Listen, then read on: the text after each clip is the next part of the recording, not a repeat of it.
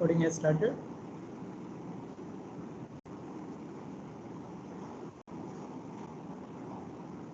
Yes, sir. Okay. So in last lecture, we finished this part, the composite wall, right? And we defined the overall heat transfer coefficient U, the equation number 3. I hope you must have noted down all this. Now can I go to next slide? Yes, sir. So remember, in this composite wall, the three layers of the wall, that is A, B and C, were in series. That's why the thermal circuit which we have drawn shows all the resistances which are in series, right? Now what will happen if you have this kind of slab? Again, this is a composite slab or a composite wall. So just draw this quickly and try to draw the thermal circuit for this. So we have a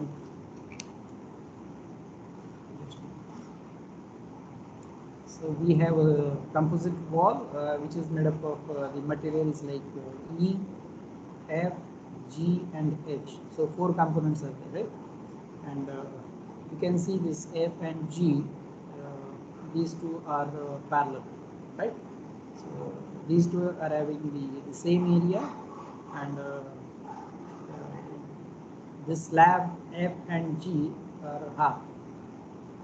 So they are equal, F and G. Fine. And the area of the slab is given A. So this total area, this face area is A. And this side of the slab is insulated. This shows insulation. So this is typical case of one-dimensional heat conduction, right, along X direction.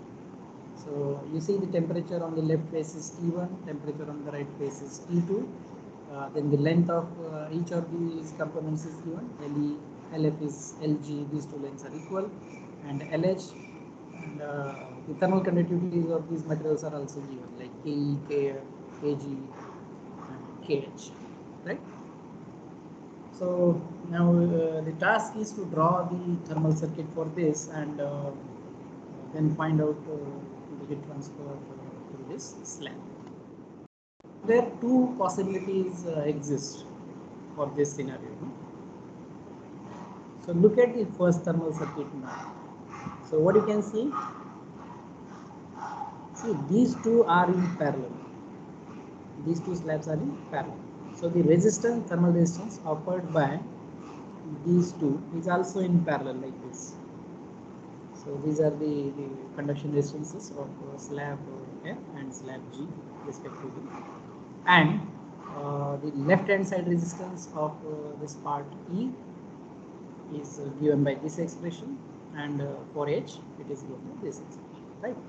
And you have the overall temperature difference in nodes T1 and T2, right?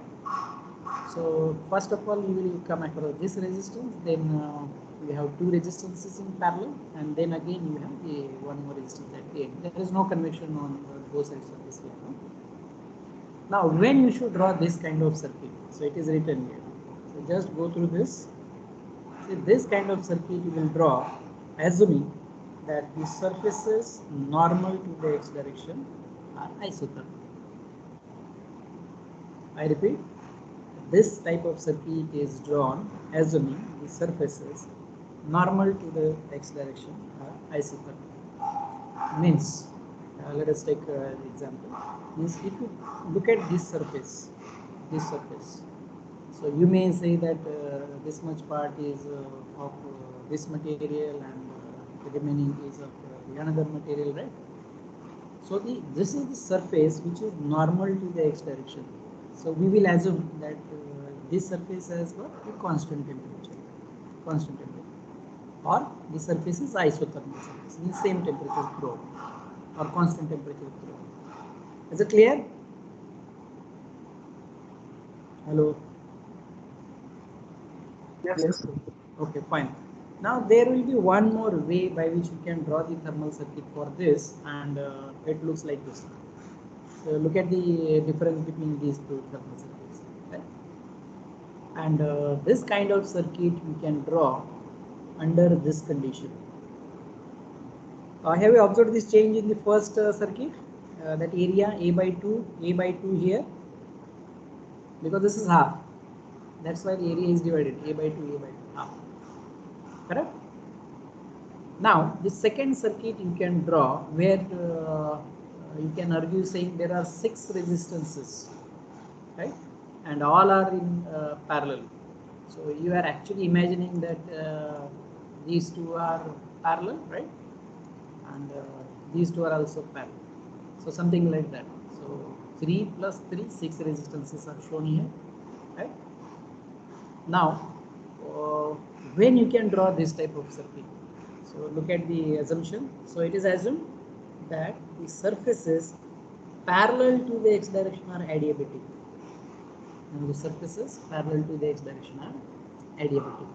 Now look at this surface. So this surface is parallel to x direction. This surface is parallel to x direction. So this is adiabatic, meaning there is no heat transfer taking place through this face, this surface. So under this condition, you can draw this type of circuit, right? However, we will follow this method only throughout our course. So if you calculate this heat transfer rate Qx using these two circuits, there will be slight difference in the values when you calculate the Qx using these kind of circuits. There will be difference, and this difference will go on increasing if there is a huge difference in the thermal conductivity of these two materials, these two parallel materials. If this difference is very high, then you will see the corresponding difference in Qx calculated using these two circuits will also increase, right? If these values are pretty close, let us say, to each other, then the difference between Qx calculated by both these methods will be very small, right? I leave it to you to explore this further, but as far as our discussion on this in this course is concerned, we will follow this type of circuit. We will not draw this circuit. Is it clear? So we are assuming that the surfaces normal to the x direction are isothermal, means these surfaces have the same temperature throughout. Same temperature throughout. This is what we are assuming. Is it clear? Hello? Yes, sir. Fine. Now write down the final expression. So R total will be written as the summation of all the thermal resistances, which is delta T by the heat transfer Q, which is equal to 1 upon UA. We know this formula. We have derived this previously. So the idea is which circuit you are using. Suppose you are using this circuit. So what you have to do is you have to find out R total. Now what is the R total here? Sum of, let us say, this is your resistance 1, I call it as. This you can call as resistance. Let us say this is 2, this is 3, and last one is 4. So first of all, you have to find out what is the equivalent resistance of these two, right? So how you write the equivalent resistance using the parallel circuits? Suppose I write this as R equivalent resistance of these two. So you must have written this kind of expression, right? Correct? Yes, sir. Okay. So using the parallel system from the PWE background, you will find out this equivalent resistance first, and then your resistance R1 plus your equivalent resistance and resistance R4. Now these three are in series, and then you can find out the R total, right? So this is what is expected, and then from R total, once you know the R total, you can always find out the heat transfer rate provided the delta T is given, and then you can find out the overall heat transfer coefficient if they are asked, or if U is given, you can find out the rate of heat transfer from 1 and 2. So I hope it is clear how to analyze the situation when you have the composite wall, where composite wall components are in series as well as composite wall components are in parallel. So shall I go ahead now? Now it is time to solve few numericals based on whatever we have discussed in the previous class and this class. Shall I go to next slide? Hello? Yes, sir. Before that, we'll introduce one more concept called as contact resistance. So we talked about thermal resistance, right?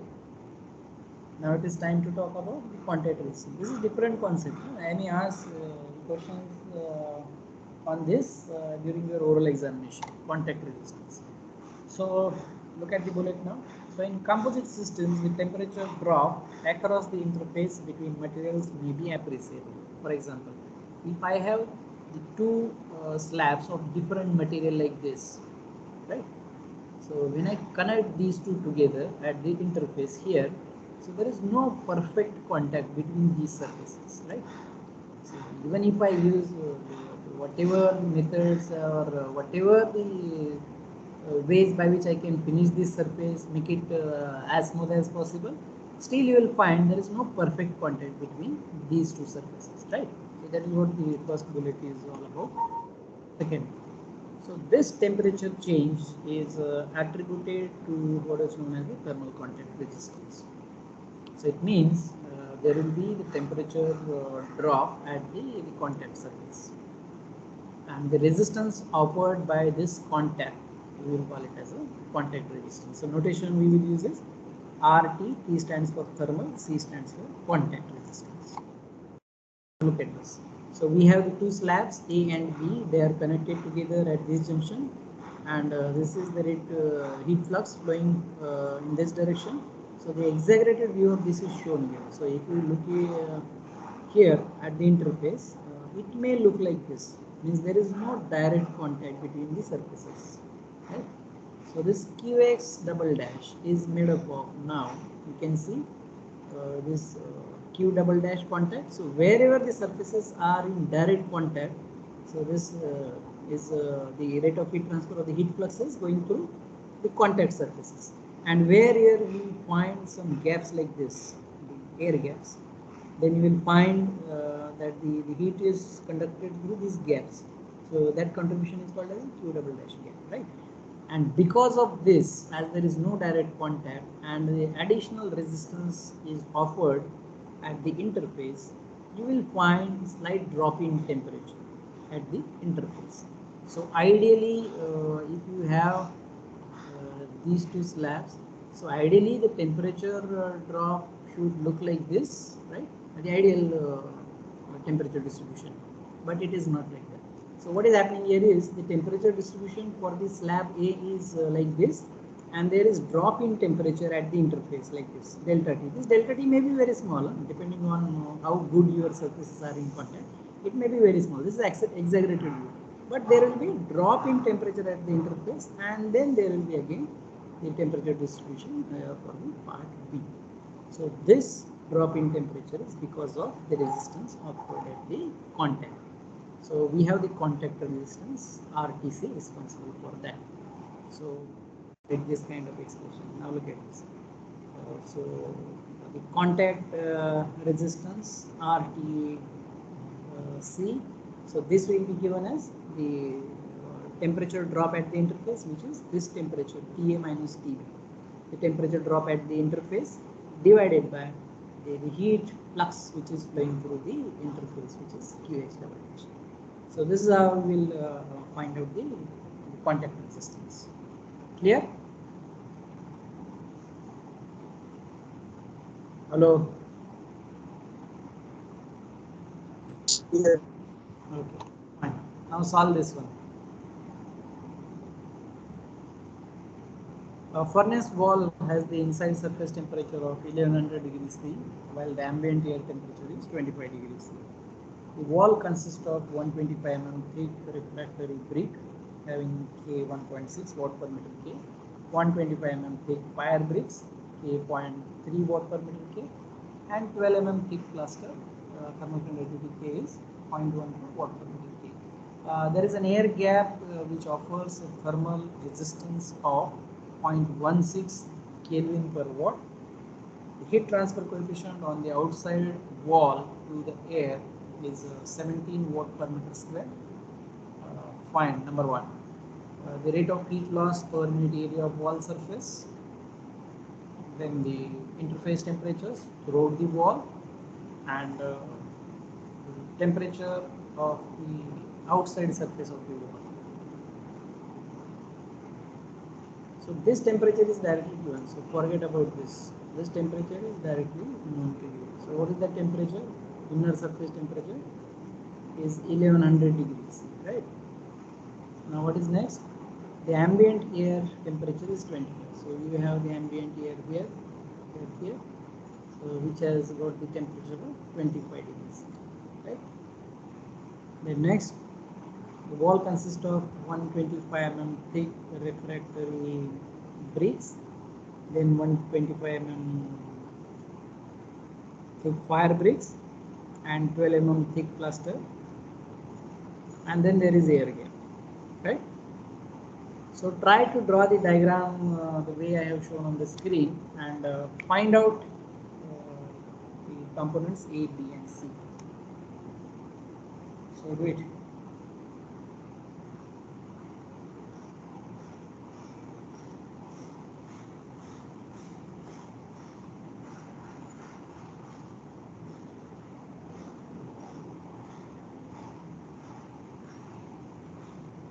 Hello, solve this. So this is case of the composite wall where all resistances are in series, right?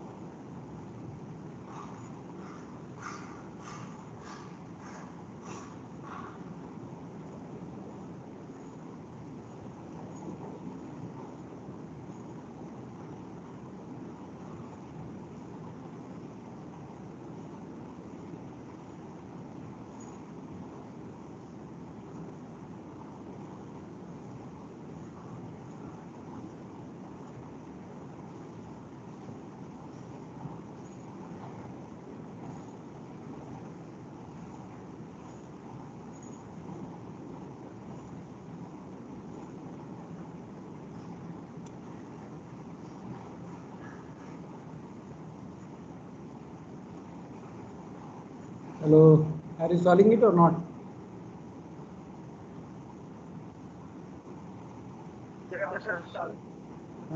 Okay.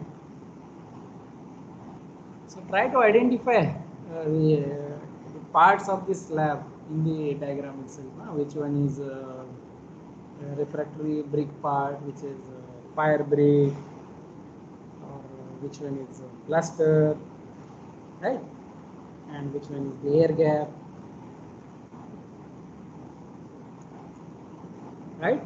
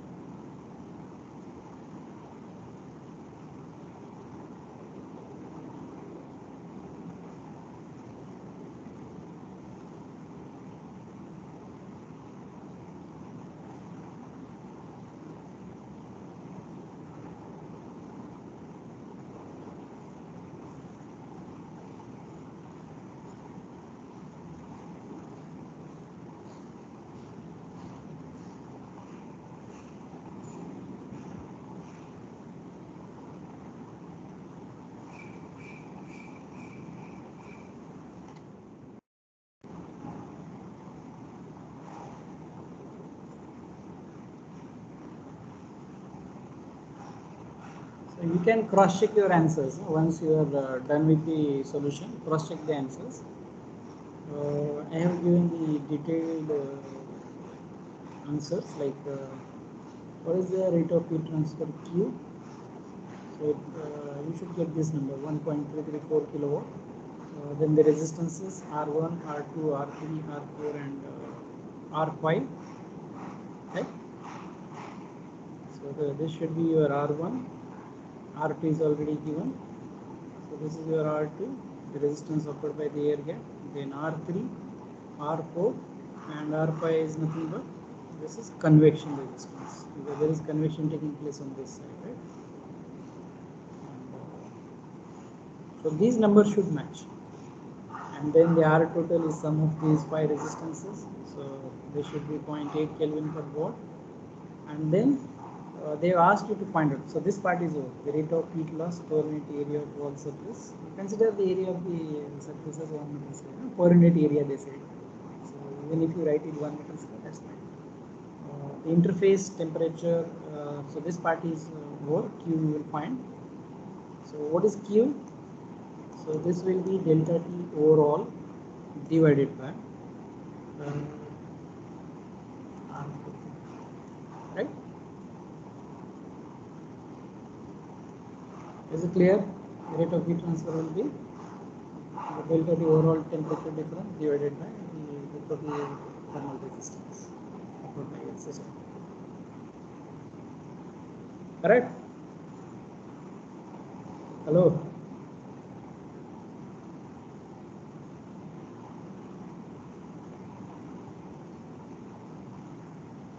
Hello, are you solving it or not? Yes, sir. Yes. Okay, then. So I have used notation 3, 4 and 5 for interface temperatures. So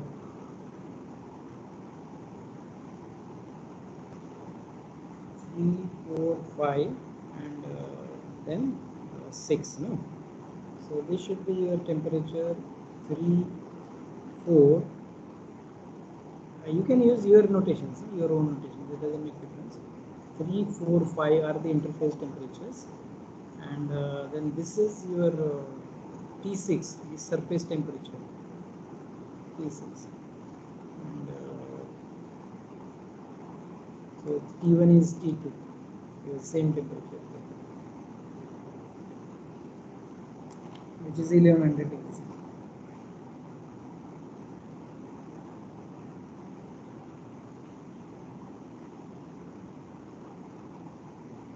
So first of all, you should find out the Q, right?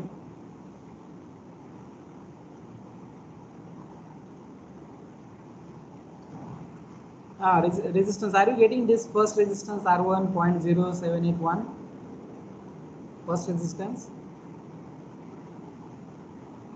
How you have written it? So it should be right.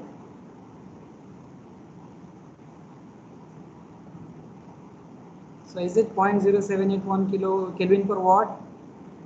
First resistance? Yes, sir. Okay.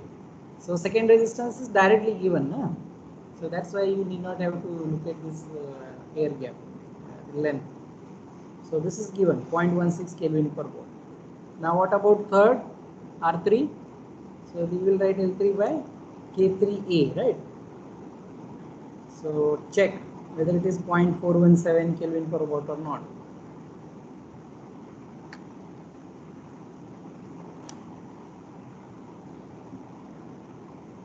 Is it correct? 0.417 Kelvin per watt R3?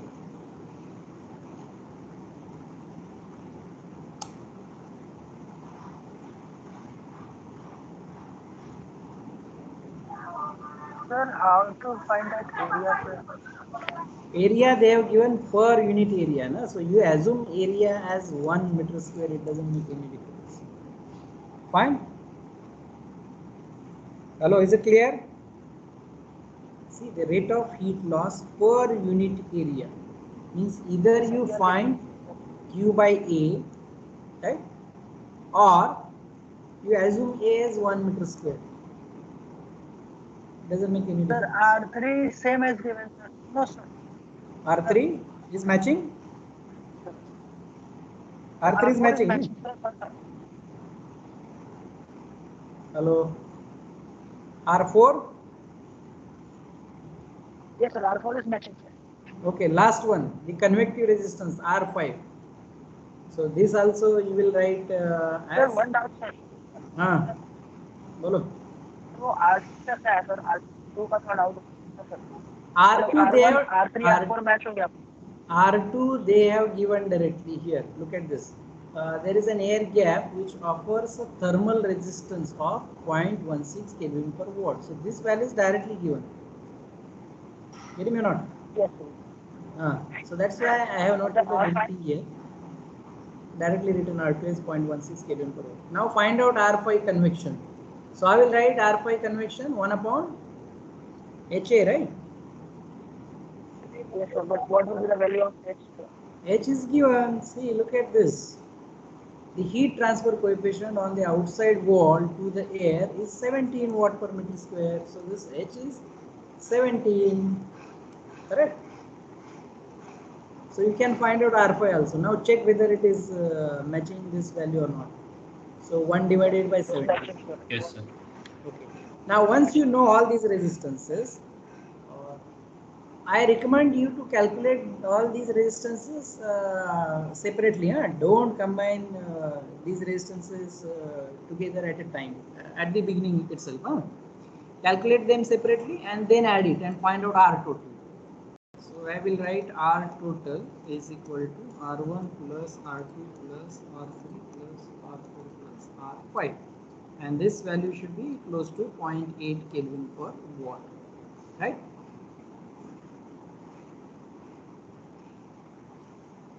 Sir, wait. Let us calculate. Huh? What happened? Sir, we are calculating. Adding upward. Okay, fine. Calculate. Take your time. Once it is done, tell me. Sir, we are getting our total as 0.7996. I mean, That's approximately fine. That's same. fine. It is close to 0.8. That's why I said close to 0.8. These numbers are rounded off. So let it be whatever value you are getting. That's fine. Now once you know. Once you know the total resistance R total, use this formula and find out the rate of heat transfer Q. So Q is delta T, overall temperature difference, divided by the total resistance. Now what is the overall temperature difference here? So this temperature T1 equal to T2, which is T1, minus this T, what you call it as T infinity or whatever nomenclature you want to use it. So this temperature difference 1100 minus 25 divided by 0.8. You got the same answer as it is mentioned, 1.34 kilowatt. So you will get this number. Now what is the next step? Once you know Q, we have been asked to find out the interface temperatures, right? Yes, so we can do it, sir, by solving in steps. So what you should do is now you use this formula Q is equal to delta T by R. Now I am applying this formula to first slab. This one, let us say. So how I will write? This Q is going to remain same under steady state. No? The rate of heat transfer is constant or same. So same heat is getting transferred through all these lengths of this slab, composite slab.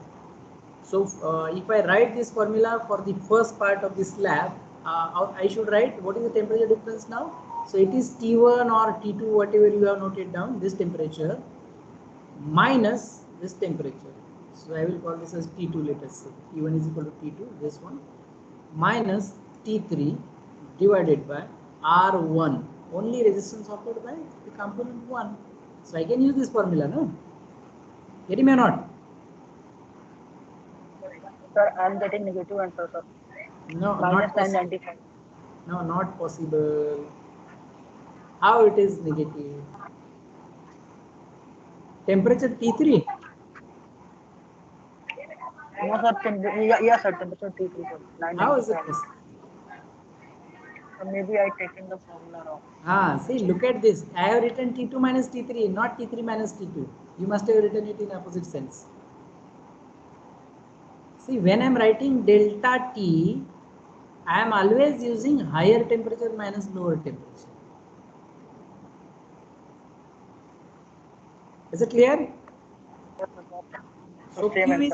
So Q is known to you, R1 is already known, T2 is known, so find T3 from this, which is interface temperature, this, right?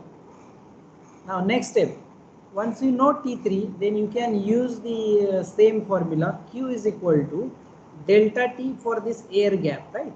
So what is delta T for air gap? It is T3 minus T4 divided by R2, which is the resistance offered by the air gap, right? Now in this formula, Q is known, R2 is known, T3 just now you calculated, fine. T4, which is second interface temperature, correct? Next, same formula you can apply for this part of this slab, this one. So you will write the temperature difference as T4 minus T5 divided by R3. So Q is known, R3 is known, T4 just now we calculated, find T5 from this. So T5 is the last interface temperature here, correct? Yes, sir. Okay. Now you have to find out the surface temperature on the outer side of the wall, this.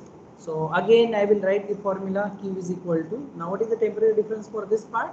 So it is T5 minus T6 divided by the resistance of that gap, which is R4, right? So Q is same everywhere, look at this. So Q is known, R4 is known, T5 just now we calculated, find out T6 from this, correct? Hello? 35 तक क्या sir? वहाँ तक क्या है? Huh? Find out T5 and then find out T6 using the last 35 है. What 35? 35 is 219.65. This one T5. 219 you are saying? 219.6. Ah, that's fine. Yes, sir. That's fine. If the values are varying slightly, that is okay. Fine. And calculate T6. Is it close to this value? Yes, sir. 104.5. Now you have to cross check your calculation. How you will do is, last step, you have to apply this formula Q to the convection part. So what is delta T now? It is this T6 minus T infinity temperature, right? T6 minus T infinity, correct? Divided by R6, which is your convection, 5, R5, which is convection resistance, correct? Now here, don't use Q value, use T6, which you have already calculated from this side of the calculation, minus T infinity, which is given, R5 you know. So here find Q and compare that value with this. This should match, huh?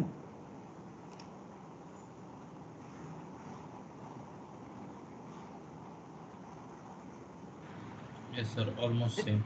Is it matching? Almost same. Yes, sir. So this is cross-checking. So in examination, if they ask this kind of problem, you need not have to wait for the examiner to check your question. Huh? You already know whether it is correct or not. If the values doesn't match at the end, it means you must have made some mistake in between, right? If the values do not match, it means T6 is wrong. If T6 is wrong, your T5 is wrong, means T4 is wrong, T3 is wrong. So all your interface temperatures are wrong. And who could contribute to the wrong calculation of these interface temperatures? The resistances. So somewhere your resistances must be wrong in that case. Then and then only your values will not match. Otherwise they should match. Is it clear? So we learned how to solve the problem of the composite wall where all resistances are in series. So just solve this verbally now. So I am explaining you procedure how to solve this in mind before you actually attempt the problem. In mind how to solve this. So first of all, I will look at the data which is given. So I will note down as per our 6 steps. I will note down the data which is given. We'll call it as the known thing. Then we will draw this kind of the schematic representation. I will make an attempt to write this information on the diagram itself, right? Then I will also note down the assumptions, if any, are there. Like this is one-dimensional steady-state heat conduction problem. K is constant, right? K is not function of temperature, so K is constant. The problem is one-dimensional steady-state conduction, right? And then I will look at what is asked. So they have asked us to find the rate of heat loss per unit area. So as I said, per unit area, I may write one area as 1 meter square. So I have to find out Q by A or Q considering this A as 1 meter square, right? So this is first part. And then second, I have to find out the interface temperatures. So whatever I have explained in the theory while discussing this composite wall, same thing I am applying while solving the problem as well. So I look at the data given, so I know that the overall temperature difference is given to me. Means this 1100 degrees centigrade, the maximum temperature, and the lowest temperature 25 degrees. So I am straight away jumping to this formula. Q is equal to delta T overall divided by R total. So my thinking is this is known to me.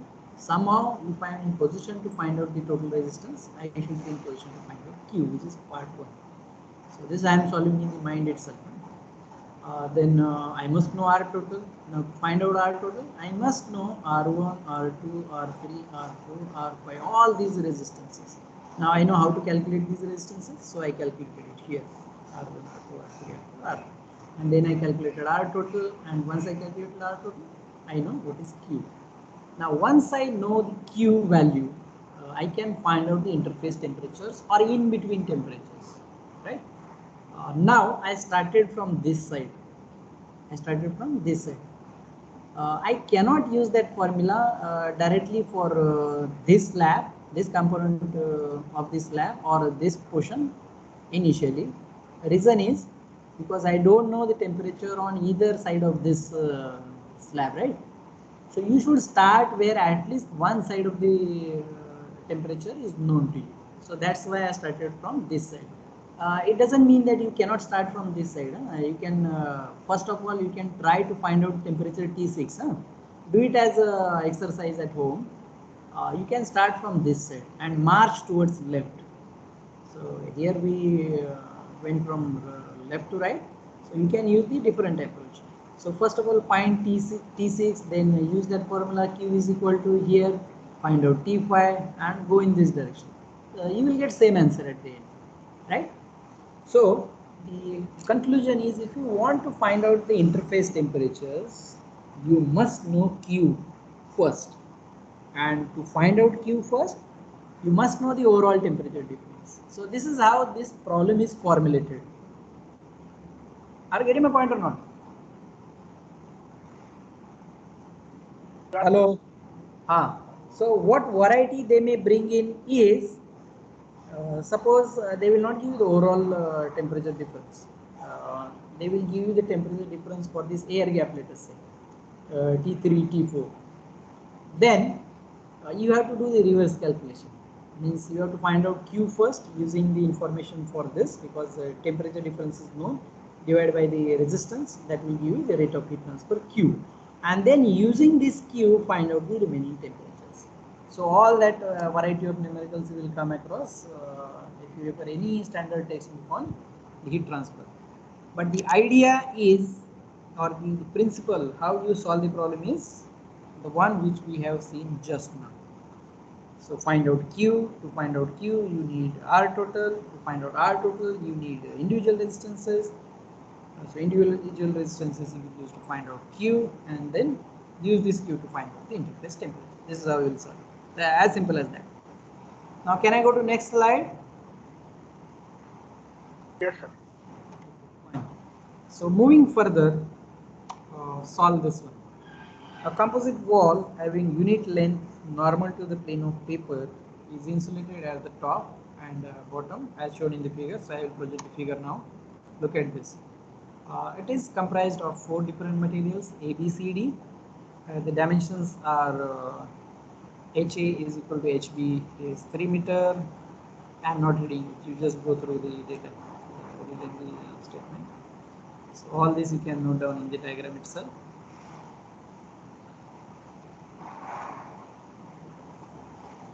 Here is HA is equal to HD, this is 3 meter, and HB is equal to HC, this is 1.5 meter, so it's half, right? Then length 3, this is 0.05, draw this diagram quickly. Length 2 is 0.1 meter, L1 is equal to L3 is 0.05, right? Then you can note down the thermal conductivities.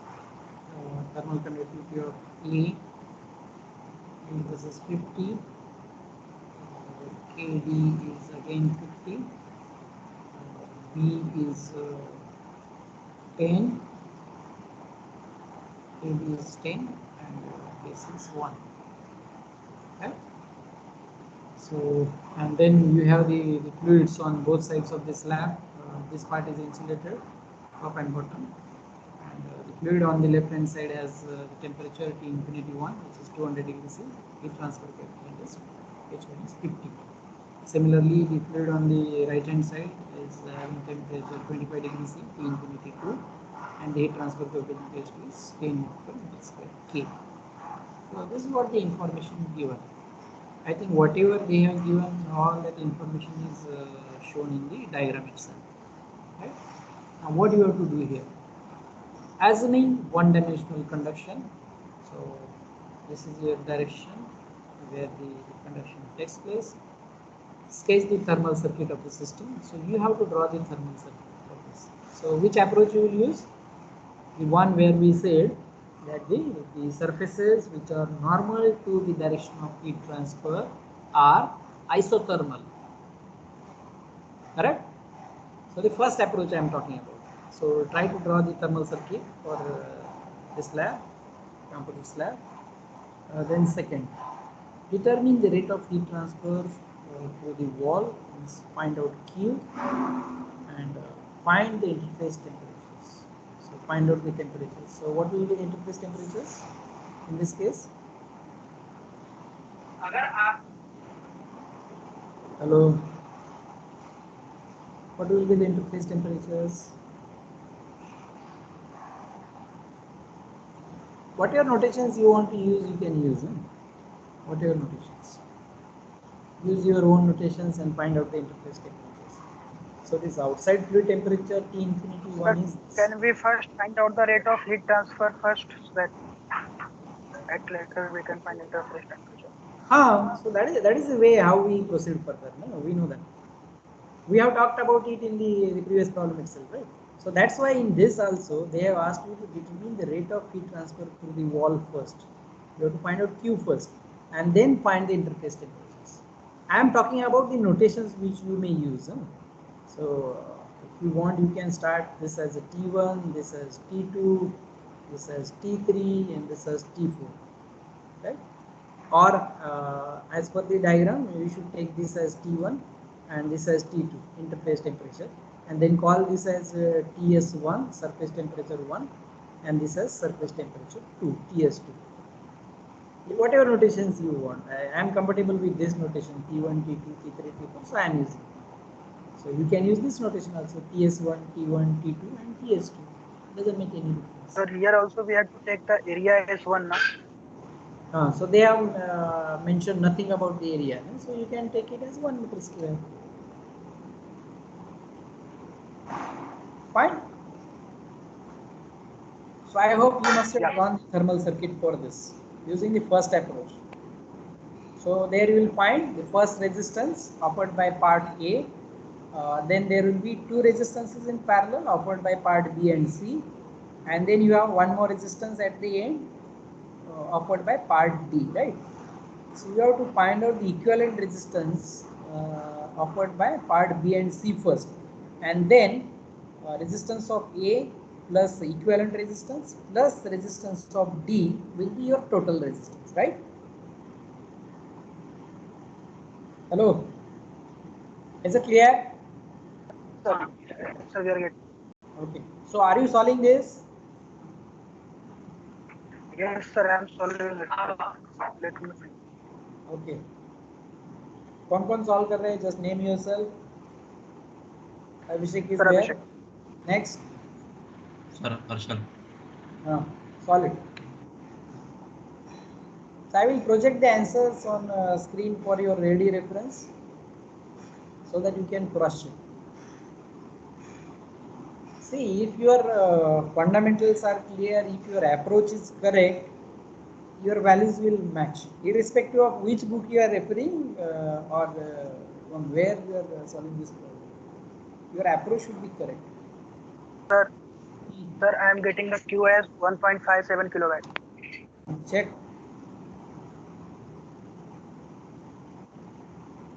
First of all, check the total resistance.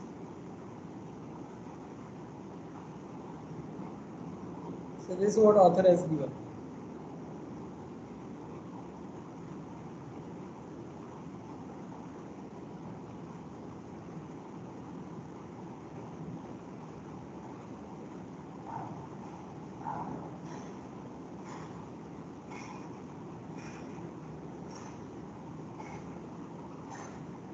Check your R total first, first of all.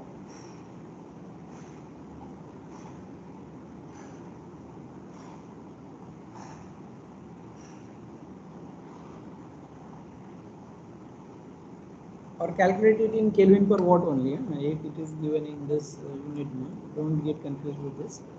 You go with your approach only and find out this R total. So R1 is this L1 by K1A, right? So I am assuming A as 1. So L1 by K1.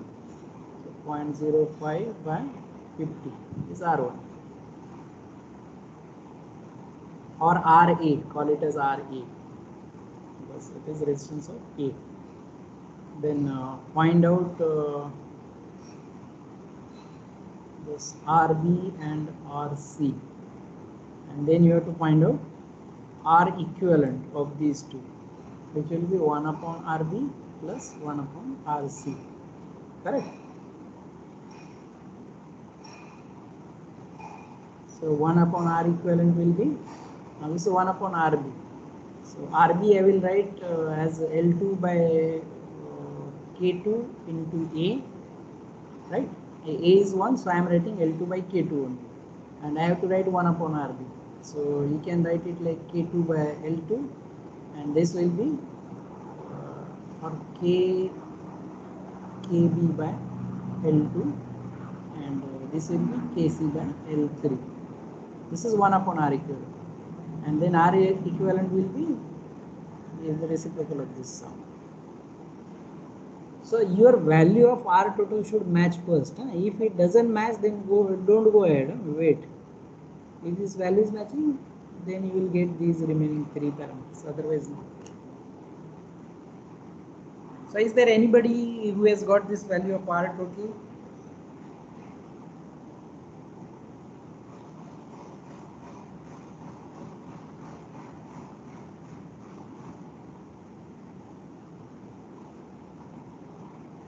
Sir sir और दो resistance count करना पड़ेगा ना convection के दोनों side पे.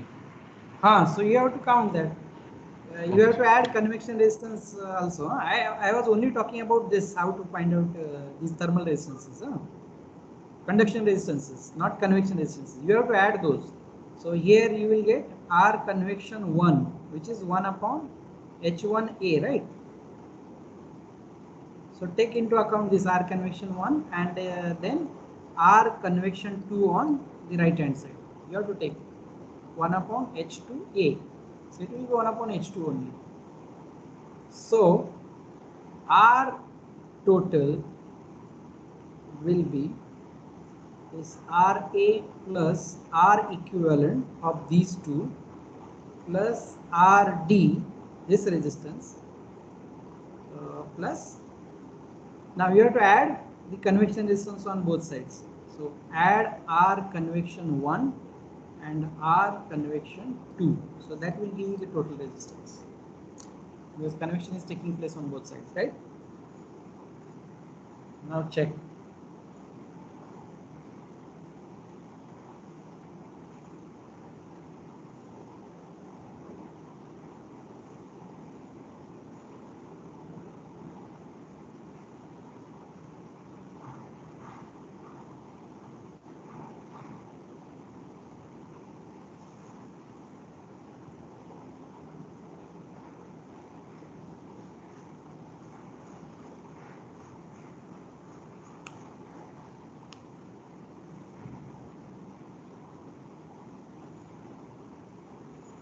So what is R equivalent? Just tell me that value R equivalent if you have calculated. 0.0181. 0.0. 0.0181. 181. So this is Kelvin per watt. Is it?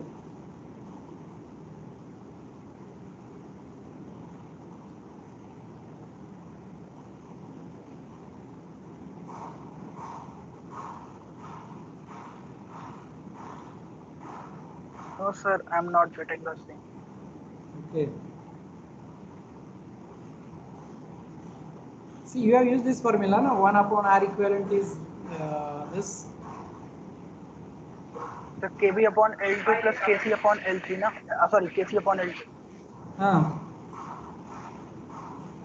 See, you have to calculate this RB and RC, no? So RB is what? LB by or L L2 by 2, KB. no? L2 by KB, and this is L3 by L2 KC. by K. Correct. This Sir, is reciprocal. RC is, sir, RC is L3 by KC.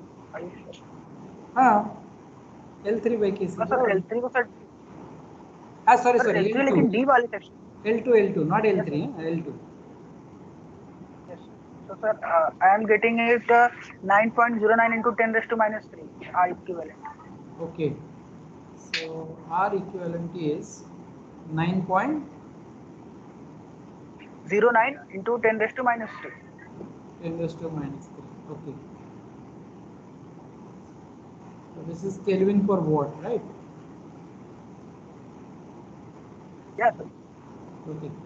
So find out the remaining resistances, and your first task is to get the R total.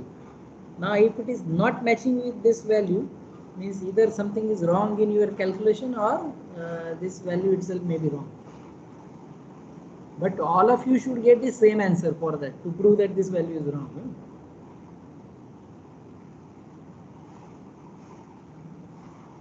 So will you do it as a home exercise then?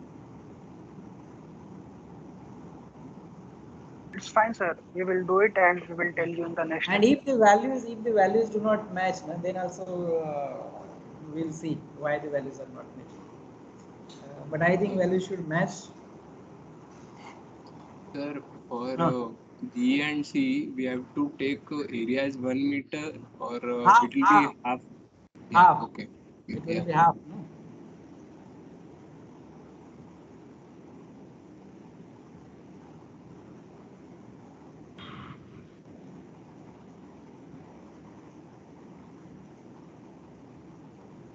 So if you say total area is 1, then the area for B and C, you should take it half. Make note of this. Half of the total area, 1.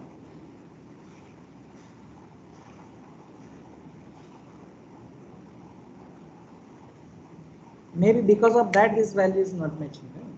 So here it should be L by KA. No?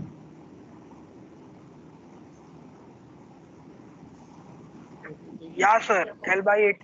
A by 2 रहता है. Yes. So here it should be 2, right? It should be 2.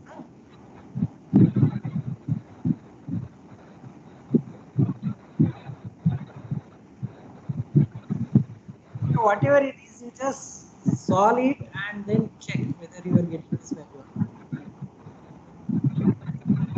Fine?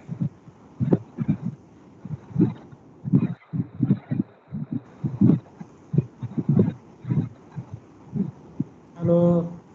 There's some background noise. Harshul.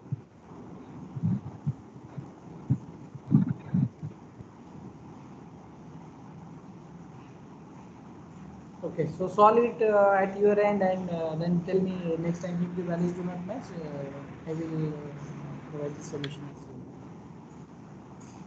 Actually, the problem is I have given the R total value directly, that's why we are facing this problem. If all the resistances values I would have given separately, then it is easy to compare the values. Let it be.